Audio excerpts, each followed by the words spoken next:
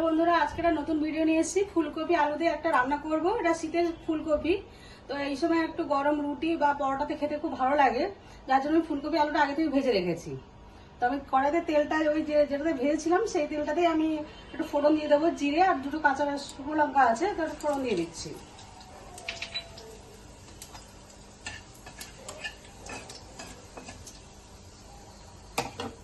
তো আমি একটা মশলা তৈরি করেছি। তো এর মধ্যে আছে রসুন, আদা আর একটা পেঁয়াজ আর দুটো টমেটো নিয়েছি। আমি ছোট বলে দুটো টমেটো নিয়েছি, আপনারা বড় চাইলে বড় একটা নিতে পারেন। আর দিয়ে এইটা একটা পেস্ট বানিয়েছি, তো এটা আমি দিয়ে দেবো এর মধ্যে।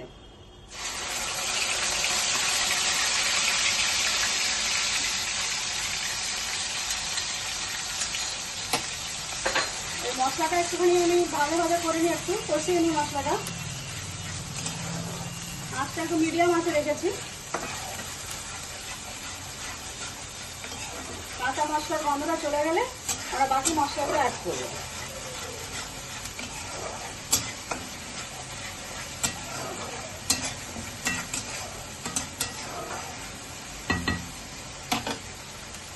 আমি একটা মশলা এখানেও বানিয়েছি, তো ওটা হলুদ আছে, একটু কাঁচা লঙ্কা, একটু লঙ্কা গুঁড়ো আর জিরে গুঁড়ো আর ধনে গুঁড়ো সব 1 চামচ করে নিয়েছি। তো এটা আমি একসঙ্গে দিয়ে দিচ্ছি এর মধ্যে, এই মশলাটার মধ্যেই দিয়ে দেবো।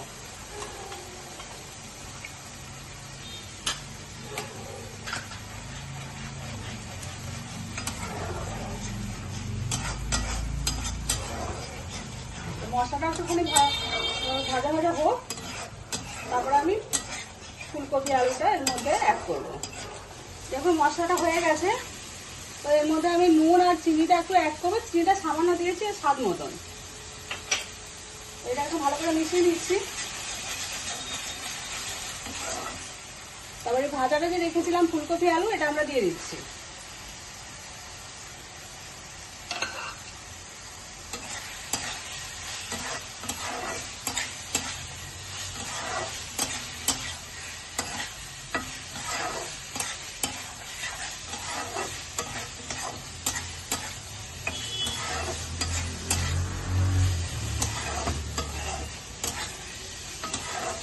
আঁচটা আমি একটু কমিয়ে দিচ্ছি।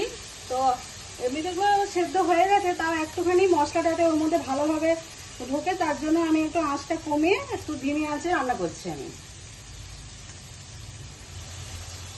যেমন আলুটা সেদ্ধ হয়ে গেছে আর ফুলকপিটাও তো একটু ভালো ছিল, তো এটাও সেদ্ধ হয়ে গেছে। তো আমি একটু ধনে পাতা ছড়িয়ে দিচ্ছি।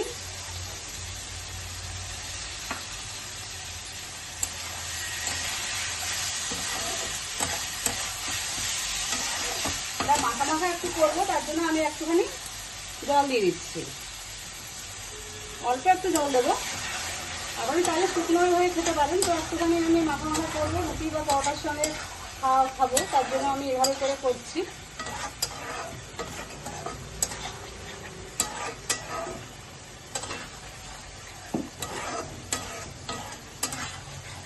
দেখো রান্নাটা আমাদের হয়ে গেছে। তো এরপর আমি একটা লেবুর রস, এখানে লেবুর রস রেখেছি 1 চামচ মতন। তো এটা আমি গ্যাসটা বন্ধ করে লেবুর রসটা একটু দিয়ে দেবো। আমরা চাইলেও দিতে পারেন, নাও দিতে পারেন, তাহলে গন্ধটা খুব ভালো লাগবে আর ফ্লেভারটাও ভালো আসবে, খেতে টেস্ট হবে। তো রান্নাটা আমাদের কমপ্লিট হয়ে গেছে।